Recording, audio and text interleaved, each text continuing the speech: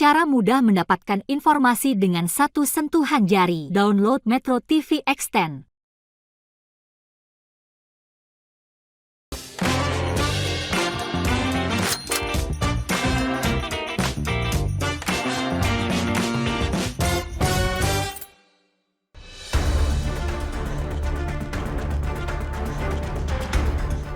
Selamat datang di kompetisi wirausaha Juragan Zaman Now.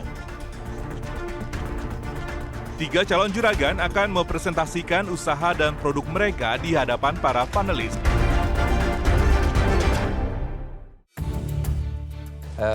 I understand you stay in Germany. Sangat bagus dan sangat enak. Yang kelihatannya sangat simpel tapi sulit. Sayangnya rasanya enak. Macili, Sobat Pedas, makanan Anda. Produknya juga enak, penyajiannya juga oke. Orek tempong produk khas Jepara. Harusnya produk ini bisa lebih nasional, dibeli oleh retail, rumah tangga, dan lain-lain dari sekedar cuman dititip di tempat-tempat wisata. Berapa bisa naikin produksinya sebulan? Selamanya akan jadi bisnis sampingan, kalau mindset awalnya bisnis sampingan. Mampukah peserta membuat para panelis terkesan dan berhasil mendapatkan tambahan modal ataupun investasi? Dan ini dia ketiga calon juragan hari ini.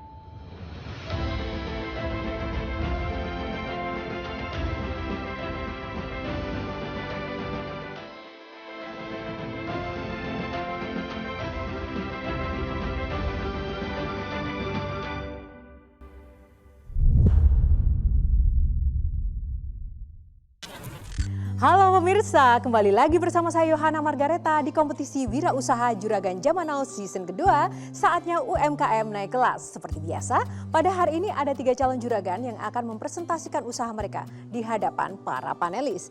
Langsung saja kita akan mulai dengan peserta pertama dari tim Coach Dewa Eka Prayoga. Silahkan Coach Dewa. Ya, calon juragan Zaman Now kali ini adalah seorang guru honorer agribisnis yang pernah bangkrut di usaha sebelumnya saat pandemi hingga rugi puluhan juta rupiah. Walaupun sempat terpukul, tapi dia berusaha bangkit dengan modal yang hanya 200.000 rupiah. Dia memulai usahanya dengan mengangkat produk lokal asli Jepara. Bagaimana kisah dan ceritanya? Yuk kita langsung lihat.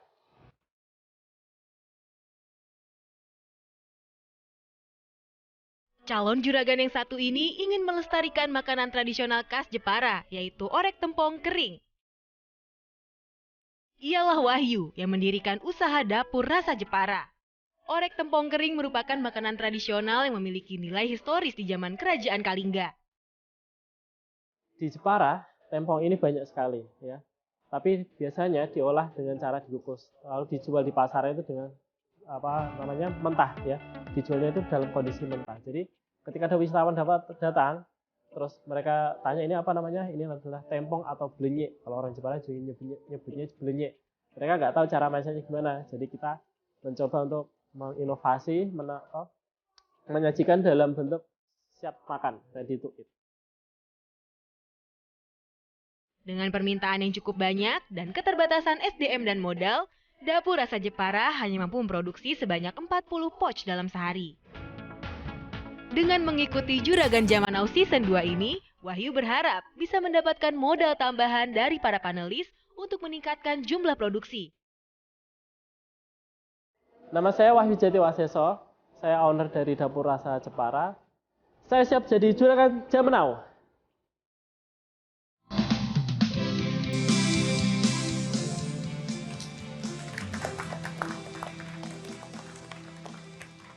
Assalamualaikum warahmatullahi wabarakatuh. Perkenalkan, nama saya Wahyu Jati Waseso, owner dari Dapur Rasa dengan produk unggulannya yaitu orek tempong produk khas Jepara. Kenapa kita mengambil produk ikan asin atau tempong ini? Karena Jepara ini 60% adalah lautan, ya. Jadi banyak hasil lautnya itu berupa ikan dan macam-macam, sehingga kita pengen mengangkat komoditas yang melimpah tersebut. Nah, lalu diferensiasi dengan produk yang lain adalah kami bahan bakunya memang dari ikan teri nasi yang diasinkan. Dan rasanya dan aromanya itu kalau mentah itu beda dengan teri Medan seperti itu. Tantangan bisnisnya itu yang pertama adalah cuaca. Jadi produk ini tergantung dengan cuaca karena nelayan kan pasti mau berlayar kan melihat cuaca seperti itu. Lalu distribusi digital marketing yang kita masih rendah, lalu keterbatasan jumlah tim juga, permintaan banyak tapi kita hanya mampu membuat sedikit gitu. Per bulannya kita itu mampu membuat 1040 pieces, sedangkan kebutuhan pasar itu 4100 pieces. Lalu kebutuhan modal kami itu sekitar 40 juta, yaitu kita gunakan untuk bahan baku, stok bahan baku, alat produksi, marketing, pelatihan, aplikasi keuangan, dan perbaikan tempat produksi. Mas Wahyu, sekarang fokus 100%-nya di sini atau ada pekerjaan lain? Untuk saat ini memang saya masih di guru honorer. Nah, kalau untuk pasarnya sendiri, saat ini penjualan terakhir 10 juta itu banyak dikontribusi dari mana? Dari pusat oleh-oleh Jepara. Pusat oleh-oleh ya? Iya. Kalau kegiatan online-nya sendiri belum jalan ya? Jalan, cuman nggak sekencang yang di pusat oleh-oleh gitu. Oh, kalau saya lihat secara produk enak, yang pedesnya juga enak banget nih. Jadi yang saya lihat sebenarnya justru harusnya produk ini bisa lebih nasional, dibeli oleh retail, rumah tangga, dan lain-lain dari sekedar cuman dititip di tempat-tempat wisata. Masih pasarnya potensinya besar banget, tapi ya memang Mas Wahyunya harus mau meluangkan waktu untuk bikin konten secara rutin. Tidak bisa ada alasan lain. Kalau mau bisnis, ya itu komitmen yang harus diambil gitu. Zaman sekarang, base research, konten itu is a king. Jadi kita itu bisa jualan dengan biaya yang sangat murah kalau kita konten. Ya, nah konten ini butuh konsistensi. Ya, nah kreativitas itu masih bisa dipelajari, tapi konsisten itu harus datang dari orangnya. Nah, komitmennya harus ada di situ. Yeah. Sekarang total produksi kan kurang lebih 1000 piece per bulan ya? Ya, itu kemampuan kami dalam 1 bulan. Tapi kita kadang juga di bawah itu karena beberapa kondisi seperti kemasan yang kita terbatas, lalu alat yang tidak mampu. Let's say lah antara 700 sampai 1000 ini didistribusikannya hanya ke oleh-oleh saja, toko oleh-oleh? Iya, toko oleh-oleh. Saja? Iya, Oke. Kirim 100, lakunya berapa? Langsung habis biasanya. Jadi kita kan biasanya naruh hari Minggu atau hari Sabtu. Nanti biasanya hari Minggu udah habis. Ya intinya ya kebutuhan pasarnya masih banyak lah. Iya. Makanya mau fokus di produksi. Iya. Kalau lihat dari alat produksi dan bahan baku ditambah dengan yang 25 juta itu saya lihat dari kebutuhan dana. Berapa bisa naikin produksinya sebulan? Dari 1000 bisa menjadi berapa? Ya, bisa dari 1000 bisa jadi 2 kali lipat. Berapa jam sehari bekerja berproduksi? Kita sekitar 6 jam sih. Produktivitas adalah hal yang sangat penting untuk kita bisa memaksimalkan pekerjaan kita dan juga waktu yang diberikan kepada kita untuk berkreasi atau bekerja. Dan ini yang sangat penting, apalagi di bagian produksi. Kalau bisa memberikan sesuatu yang sangat tepat waktu, efisien, tentu akan mendapatkan tanpa modal bisa memberikan produksi yang lebih tinggi. Harganya tadi berapa ya ini? Kita variasi, yang kecil itu 15.000, terus yang untuk yang 75 gram itu 22.000, terus yang 100 gram itu 27.000. Oh, oke.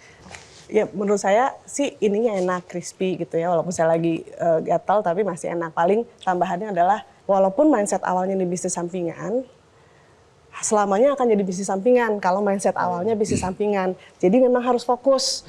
Menurut saya dia punya potensi yang baik, tapi ya belum ada yang full time untuk mengembangkan bisnisnya. Seorang entrepreneur memang ada kalanya waktu di awal apalagi harus kerja cukup keras supaya nanti bisa kerja lebih smart sehingga bisnisnya bisa berkembang dengan sendirinya ketika sistem dan market sudah terbentuk. Silakan Coach Dewa, ada tambahan? Tambahnya gini, saya lebih kepada ini ya, share pengalaman aja sih selama mentoring itu, karena basic saya juga seorang guru, gitu ya. Jadi ketika beliau guru, saya juga guru kan relate nih. Saya bilang, yang membuat kamu hasil begini itu bukan karena posisi hasilnya begini maka gue sampingan aja. Sebaliknya mindsetnya, lu total energinya, fokusnya, maka di sini bakal jadi total gitu.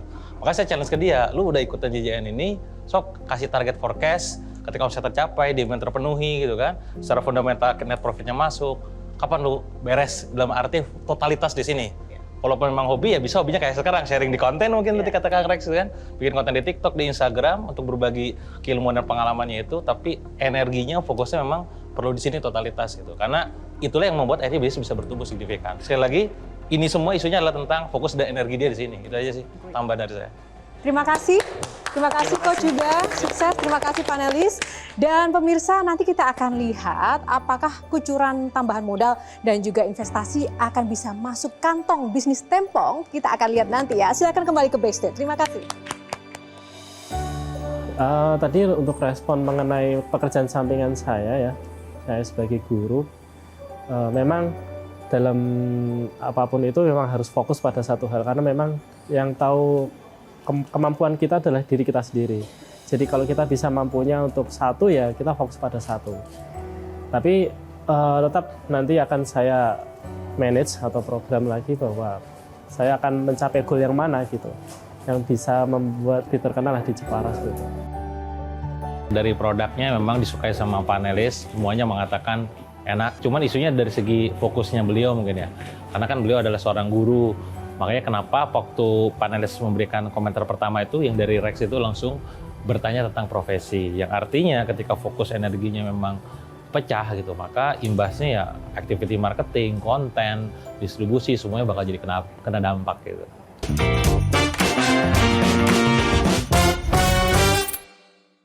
Didukung oleh Finatra Productive Financing.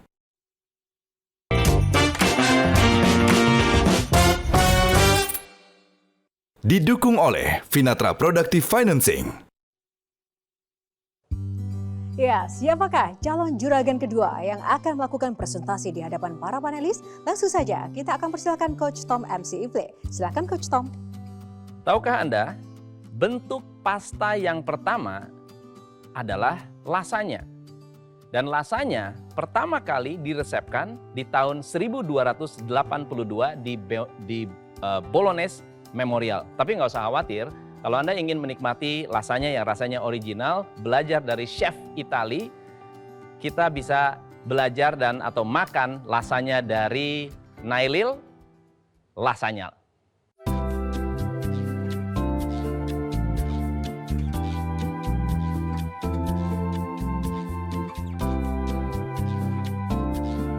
Assalamualaikum, nama saya Nailil, saya dari Lasagna.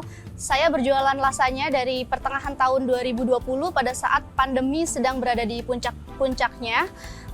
Lasanya sendiri yang saya jual ada 8 varian, ada lasanya beef spicy, lasanya beef original, lasanya cheesy, lasanya chicken corn, kemudian ada brulee juga, brulee spicy dan brulee original, kemudian ada pizza roll dan ada mac and cheese, dan semua adalah kreasi dari saya sendiri. Saya dulu alhamdulillah dapat kesempatan untuk belajar di Jerman di salah satu hotel namanya Rummers Hotel di Frankfurt. Dari situ sih saya seneng masakan barat gitu.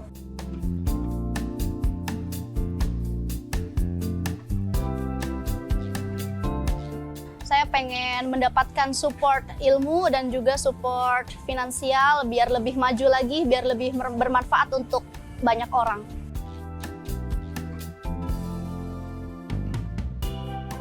Saya Nailil dari Lasagna, siap menjadi juragan zaman now.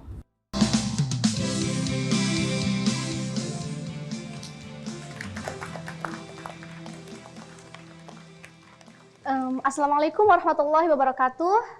Panelis semuanya yang saya hormati, perkenalkan nama saya Nailil. Saya berasal dari Indramayu, Desa Babadan Indramayu, di mana penghasilan utama penduduknya adalah dari bertani dan menjadi TKW atau TKI ke luar negeri, sehingga banyak sekali anak-anak kecil yang tumbuh tanpa orang tua, dan hal itu membuat saya bertekad untuk menjadi orang yang berpendidikan. Tapi setelah lulus SMA, saya tidak bisa melanjutkan kuliah karena tidak ada biaya.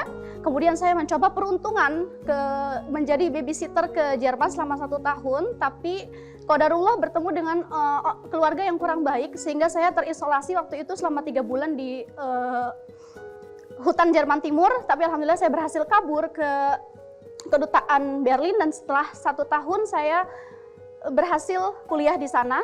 Tapi karena programnya bukan beasiswa, saya harus banyak kerja part-time dan juga mencari tambahan penghasilan dari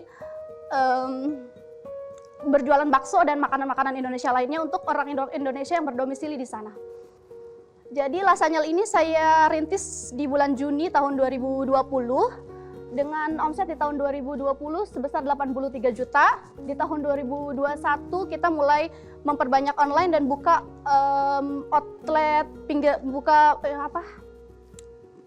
jalan, gerobak pinggir jalan, sehingga revenue-nya meningkat menjadi 313 juta. Di tahun 2022, revenue streams kita semakin variatif, bukan hanya dari online dan offline, tapi juga dari reseller yang berbentuk cloud kitchen. Saya juga suka ikut bazar, sehingga revenue-nya meningkat menjadi 413 juta 700 di tahun 2022. Dengan dana stimulus 24 juta 800 ribu, saya akan membuka cloud kitchen.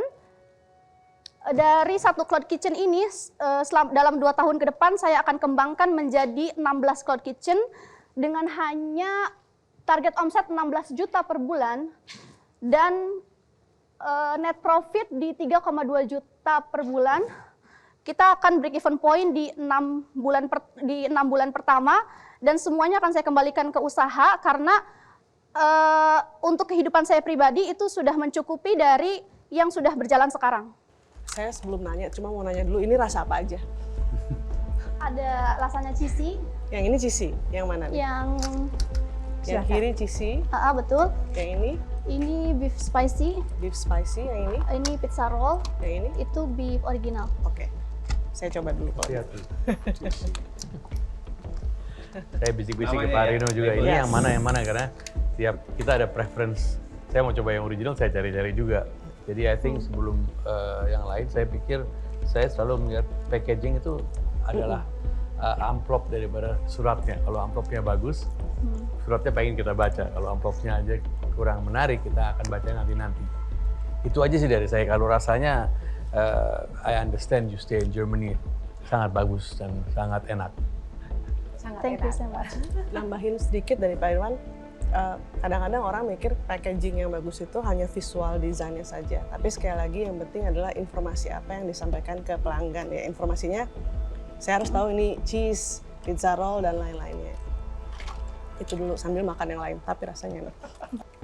Tolong dielaborasikan lagi tadi konsep cloud kitchen-nya bagaimana ya?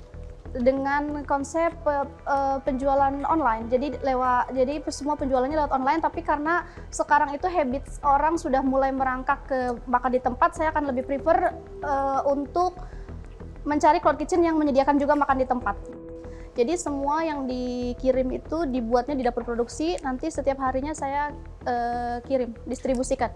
Tapi udah jadi paket begini apa tetap harus? Frozen, dalam bentuk frozen. Oh. Nanti mereka hanya tinggal panggang. Jadi konsepnya ada kitchen utama. Kitchen utama ini yang membutuhkan freezer gede. Kalau dia buka tambah 1 cabang lagi aja udah nggak bisa. Karena freezer besar inilah yang akan mengisi stok barang setengah jadi yang akan dikirimkan ke cabang.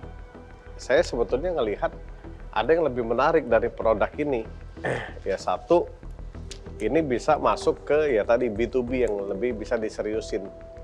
Ya, misalnya kafe-kafe yang pengen jualan begini-begini tapi nggak mau pusing, gitu. Jadi mereka tinggal benar-benar bake selesai gitu keluar. Nah ini juga butuh orang tapi butuh sales, butuh PIC yang untuk mereka datang untuk produk tester, ngobrol. Wah itu kalau udah dapat muternya kenceng. Ya apalagi kalau tempatnya ramai. Nah butuh orang sales. Nggak bisa kerjain sendiri ya. Lasanyal itu 2. Satu, kalau dia mau berkembang sendiri dia bisa menggunakan cloud kitchen, which is itu biayanya murah, atau dia bisa menggarap B2B ya. masukin barangnya ke supermarket, toko-toko kue, karena barangnya mudah sekali. Dari frozen keluarin, open, selesai. Untuk mengimplementasi cloud kitchen yang lebih banyak di dalam waktu yang cukup singkat itu smart move. Saya rasa tentu ada bimbingan dari Coach Tom juga, tapi Mbak Nailal ini cukup seperti yang Coach Tom katakan cukup cerdas ya orangnya, cukup tajam sih menurut saya. Lasagna ini kan bukan makanan Indonesia. Ini bukan tipe yang kalau nasi ayam goreng tuh kita tiap hari makan nasi ayam goreng tuh bisa. Tapi kalau lasagna kan sebetulnya menurut saya bukan makanan, walaupun ini enak, bukan makanan yang dikonsumsi tiap hari. Jadi saya pengen tahu sebenarnya setiap customer tuh ada yang banyak yang repeat beli kah atau gimana profil customernya sekarang? Rata-rata itu tuh ibu-ibu. Berapa sering satu orang customer, existing customer beli barunya? Tetangga saya itu ada yang beli seminggu 3 kali, ada yang 2 kali.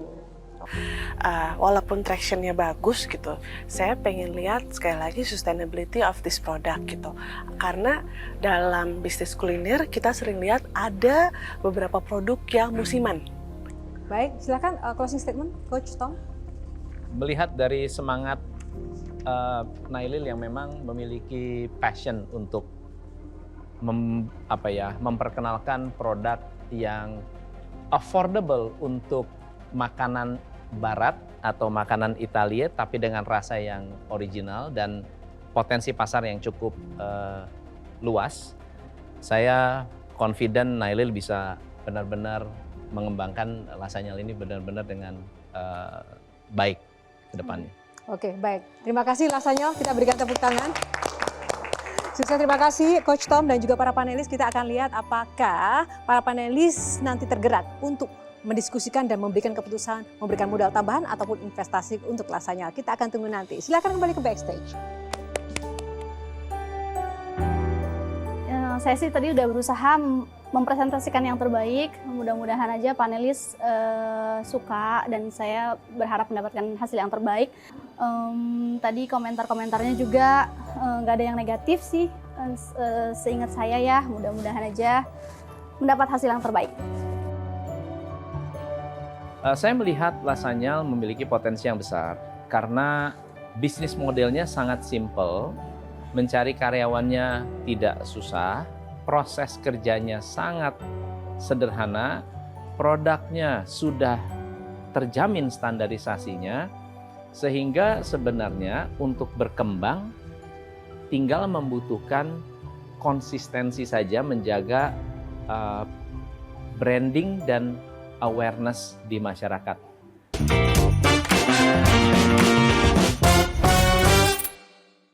Didukung oleh Finatra Productive Financing.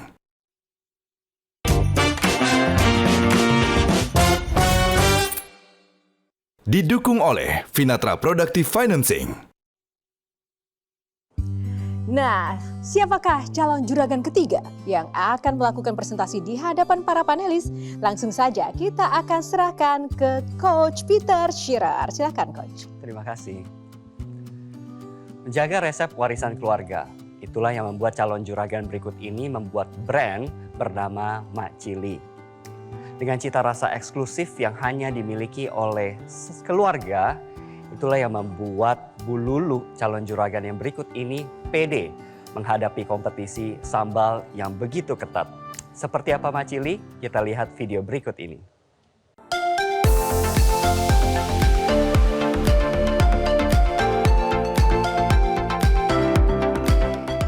Perkenalkan, nama saya Lulu Afifa. Saya brand owner dari Mak Cili Food. Produk Mak Cili terdiri dari 13 varian. Terdiri dari basah, sambal basah, dan sambal tabur. Sambal basah itu adalah sambal berminyak dan sambal tabur adalah sambal kering. Kisaran harga sambal Mak Cili range 28.000 hingga 35.000. Harapan Mak Cili Food mengikuti JJN adalah untuk mendapatkan investor dan networking. Karena harapan kami usaha ini bisa menjadi besar dan bermanfaat bagi yang lain. Saya dengan Ibu Lulu, pemilik brand Machili Food, siap menjadi juragan zaman now.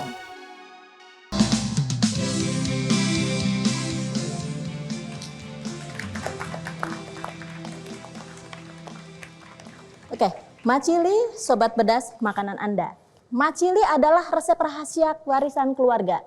Ini beberapa produk kami, ada 13 varian. Yang saya tampilkan di sini adalah semua yang basah, sambal teri Medan, sambal ikan bandeng, sambal kupang tabur, sambal cumi, dan lain-lain.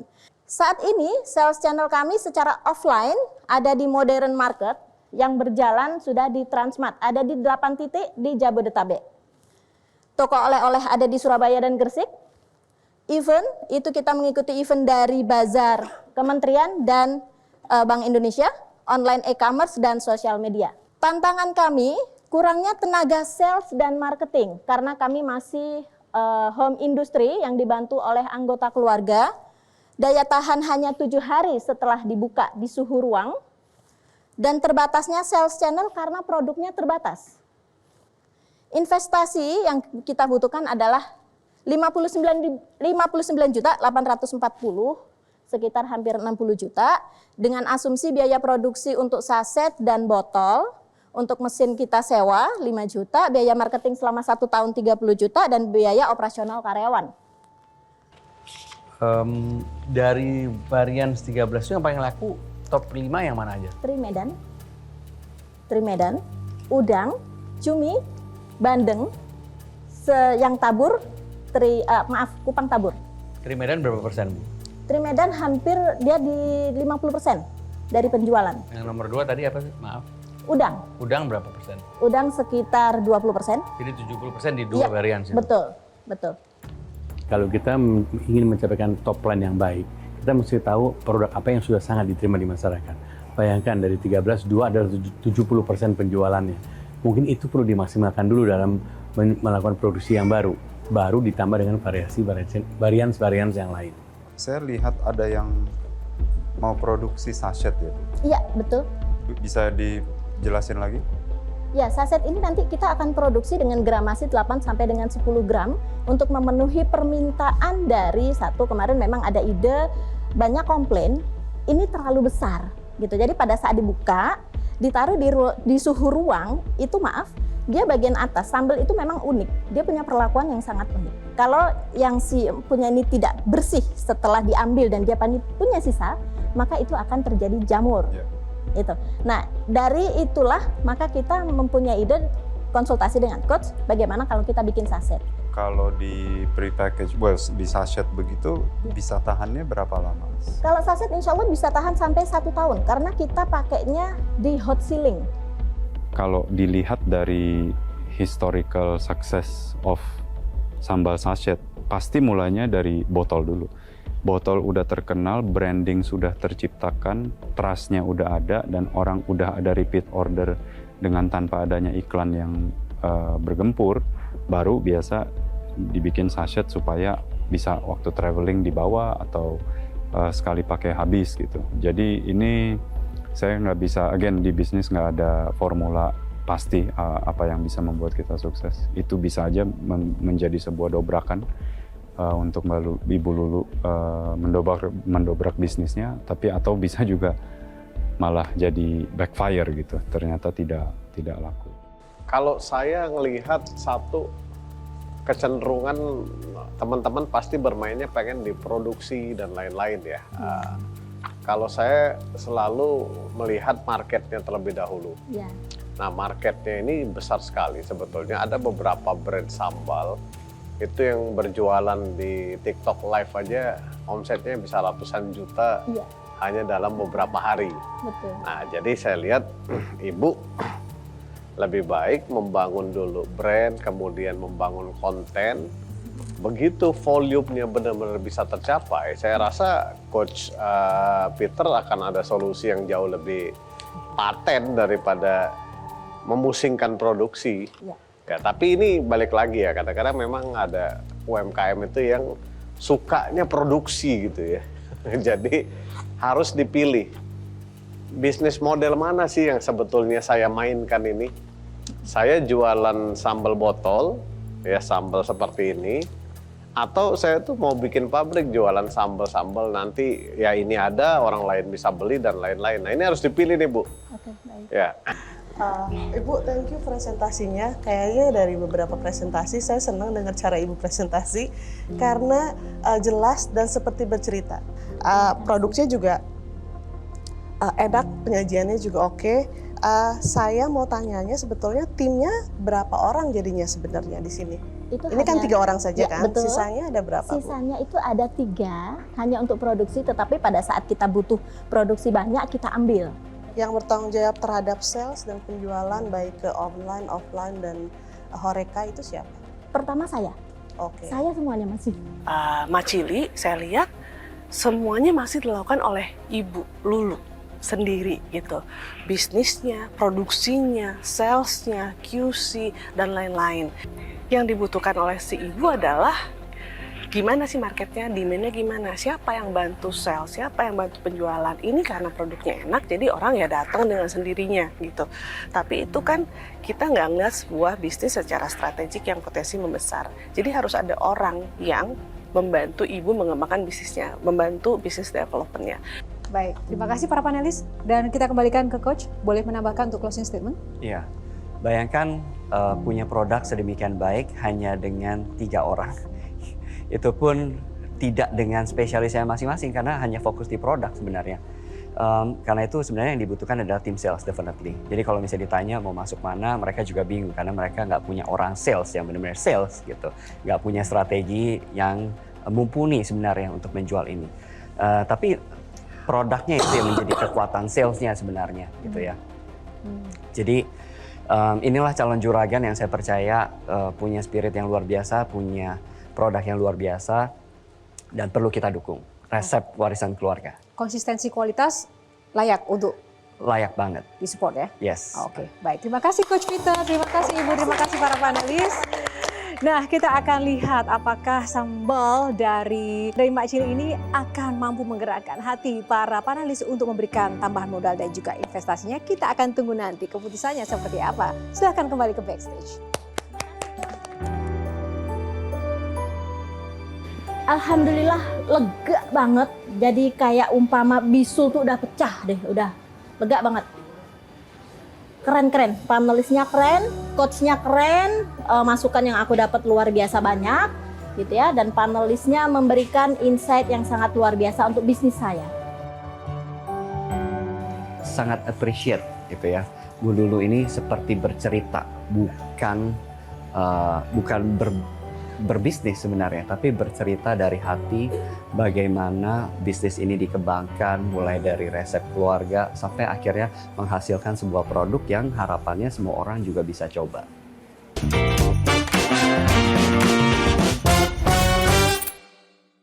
Didukung oleh Finatra Productive Financing.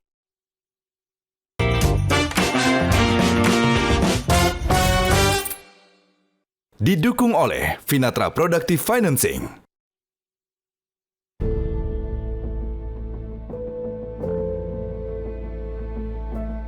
Sebelumnya, ketiga calon juragan sudah mempresentasikan berapa modal tambahan yang dibutuhkan. Lalu kebutuhan modal kami itu sekitar 40 juta. Dengan dana stimulus 24.800.000, investasi yang kita butuhkan adalah 59.840.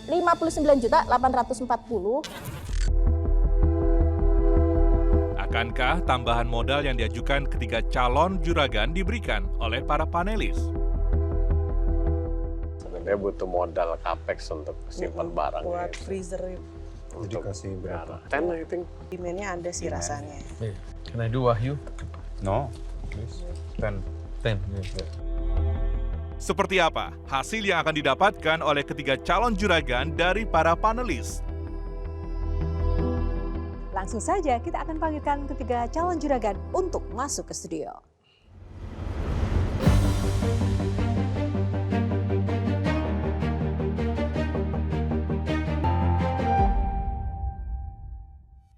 Mengenai Mas Wahyu ya, Dapur Rasa Jepara.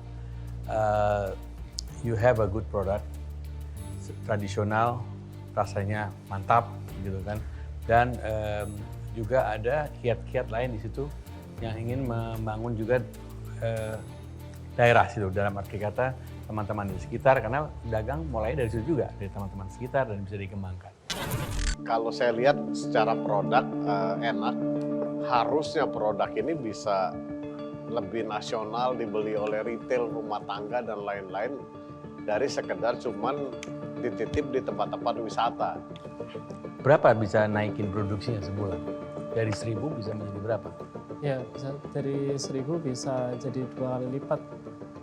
Walaupun mindset awalnya di bisnis sampingan, selamanya akan jadi bisnis sampingan kalau mindset awalnya bisnis sampingan. Jadi memang harus fokus.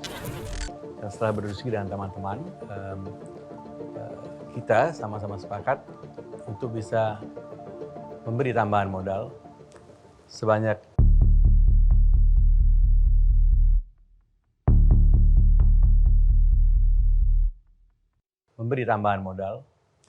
sebanyak 10 juta dikhususkan untuk bahan baku yang mana nanti bisa dibuat produksi yang lebih baik atau lebih banyak untuk dapat dijual. Alhamdulillah dapat tambahan 10 juta ini menurut saya sudah cukup banget, apalagi juga sudah masuk di JJN ini juga sudah alhamdulillah banget kan, juga itu sudah membranding pada produk kami, itu juga membantu untuk pemasaran pada kami, promosi gitu, berarti seperti itu. Dan insya Allah dengan 10 juta ini bisa memberikan manfaat kepada kami, terutama untuk membranding produk kami dan untuk meningkatkan produktivitas pada produk kami.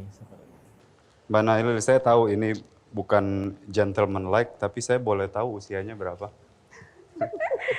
31. Oke. Mbak, saya punya kesempatan dulu tinggal di Eropa dan kebetulan saya suka makanan Itali.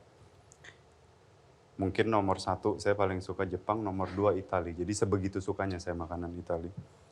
Lasagna sebetulnya di beberapa restoran saya juga saya nggak selalu merekomendasikan untuk membuat lasagna. Karena adalah makanan yang kelihatannya sangat simple tapi sulit untuk dibuat enak. Sayangnya punyanya Mbak Nailil itu rasanya enak. Jadi saya kalau rasanya, I understand you stay in Germany, sangat bagus dan sangat enak.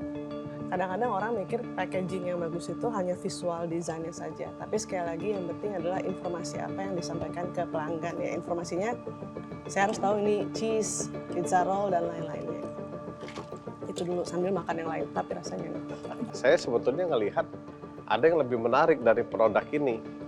Ya satu, ini bisa masuk ke ya tadi B2B yang lebih bisa diseriusin. Kali ini kita ingin membantu untuk memberikan penambahan modal sebesar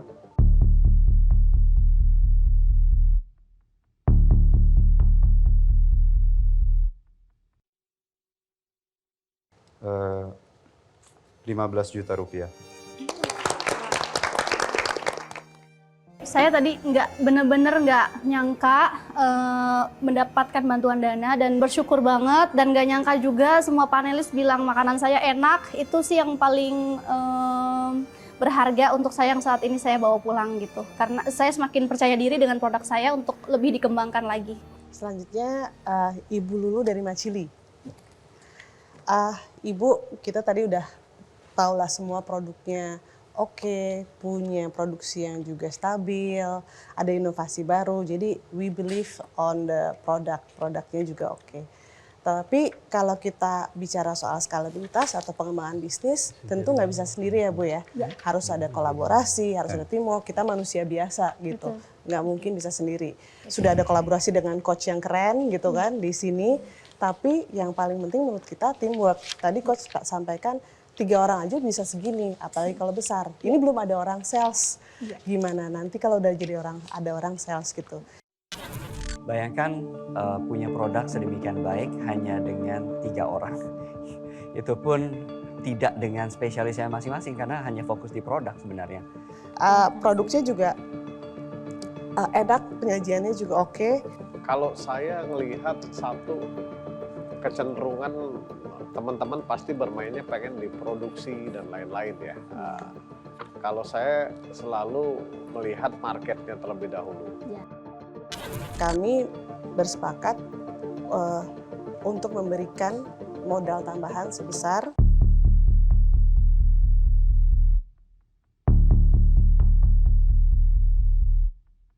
Rp10 juta yang harapannya Ibu bisa gunakan untuk mengembangkan teamwork, mengembangkan timnya, punya orang yang memastikan ada sales, memastikan market dan demand-nya ada gitu. Kalau sudah clear path atau path to profitability-nya, road untuk punya market sama demand yang lebih besar, I can personally give you soft loan, tentu saja dengan kalau sudah due diligence bersama coachnya juga gitu kan, supaya melihat gitu ya Bu ya. Dan juga kesempatan peluang soft loan ya. Dapat 10 juta, alhamdulillah gitu ya, karena memang bisnis ini harus tetap berjalan. Sampai saat ini itu memang Machili kelemahannya adalah di tim sales dan marketing. Kita dapat subsidi 10 juta untuk membangun teamwork, itu menurut saya sudah worth it banget. Baik, terima kasih untuk panelis, untuk pengumumannya, tambahan modalnya, dan siapa tahu nanti bisa makan rasanya plus dicampur tempong dan juga sambal. Kolaborasi ya, siapa tahu enak. Fusion ya. Fusion. Baik, sekarang siapakah yang akan dinobatkan sebagai Juragan Zaman Now? Panelis, silakan. Dan Juragan Zaman Now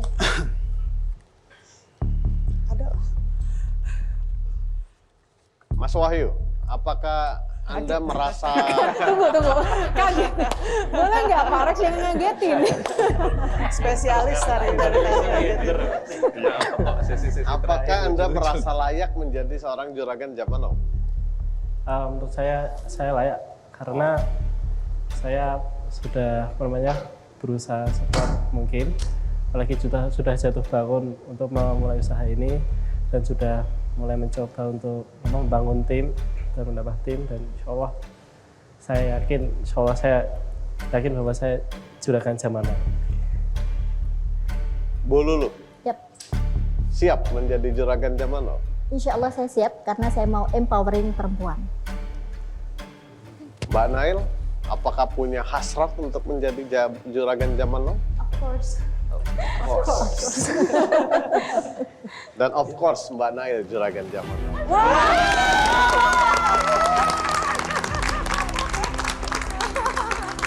Selamat ya Mbak Nail. Dan tentu sebagai Juragan Zaman Now, Mbak Nail mendapatkan tambahan senilai Rp10 juta.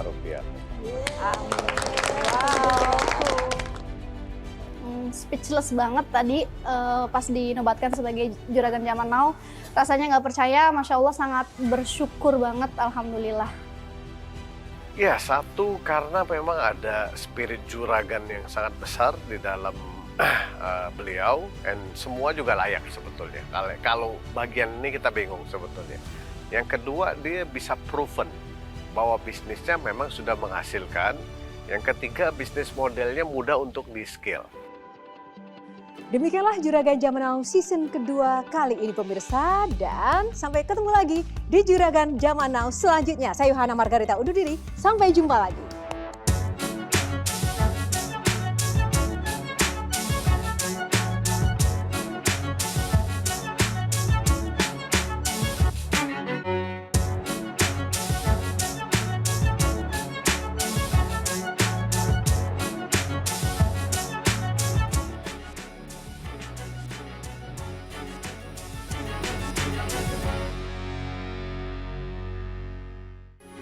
Metro TV.